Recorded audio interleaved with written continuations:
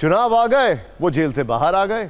हरियाणा चुनाव की बात चल रही है तो इस वक्त की बड़ी खबर, चुनाव आयोग ने राम रहीम की पैरोल वाली अर्जी मंजूर कर ली है। शर्तों के साथ पैरोल अर्जी को मंजूरी दी गई है। इसके अनुसार राम रहीम हरियाणा में दाखिल नहीं हो पाएगा और चुनाव गतिविधियों में शामिल नहीं हो पाएगा। इसीलिए आज यह पूछना जरूरी है कि आखिर राम रहीम पर किसकी अनुकंपा है। वैसे हो सकता है कि यह सब कुछ नियम के तहत हो, लेकिन लोगों के मन में यह प्रश्न जरूर है कि राम रहीम की जगह अगर कोई और कैदी होता तो क्या उसे भी पैरोल और फरलो वाला आशीर्वाद ऐसे ही मिलता। ऐसे में समझना जरूरी है कि क्या राम रहीम पर इस बार वोट चार्जर वाली कृपा बरस रही। 2021 में 2 दिन जेल से बाहर रहने की इजाजत मिली, लेकिन अब कहानी में ट्विस्ट है। आंकड़े देखते जाइए। 2022 में 91 डेज 91 दिनों तक राम रहीम ने पैरोल या फरलो का सुख भोगा।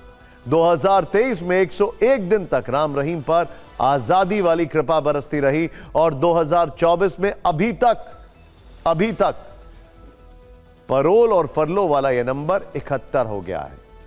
71 मतलब अभी इसमें 20 ऐड होना बाकी है। ये नीचे हमने दिया हुआ है, 20 ऐड होना बाकी है। ऐसे में अगर देखें तो पिछले 4 वर्षों में गुरमीत राम रहीम पर 266 दिन जेल से बाहर आए, उसमें भी 2022 से लेकर अभी तक, क्योंकि उससे पहले तो सिर्फ 3 दिन जेल से बाहर था।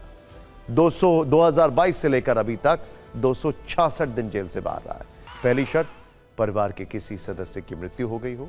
दूसरी शर्त, किसी फैमिली मेंबर को गंभीर बीमारी। तीसरी शर्त, खुद कैदी किसी गंभीर बीमारी से जूझ रहा हो। चौथी शर्त, किसी कैदी की पत्नी अगर गर्भवती हो। और 5वीं शर्त, कैदी के घर में विवाह का अवसर हो। लेकिन देखा गया है कि कई बार राम रहीम की पैरोल और इन शर्तों का दूर दूर तक कोई वास्ता नहीं है। तो सवाल यह है कि क्या पैरोल की सारी शर्तें सिर्फ आम कैदियों के लिए हैं। सोचने वाली बात यह है कि आखिर क्यों और कैसे किसी चुनाव से ठीक पहले ही बार बार राम रहीम को पैरोल या फरलो मिल जाती है।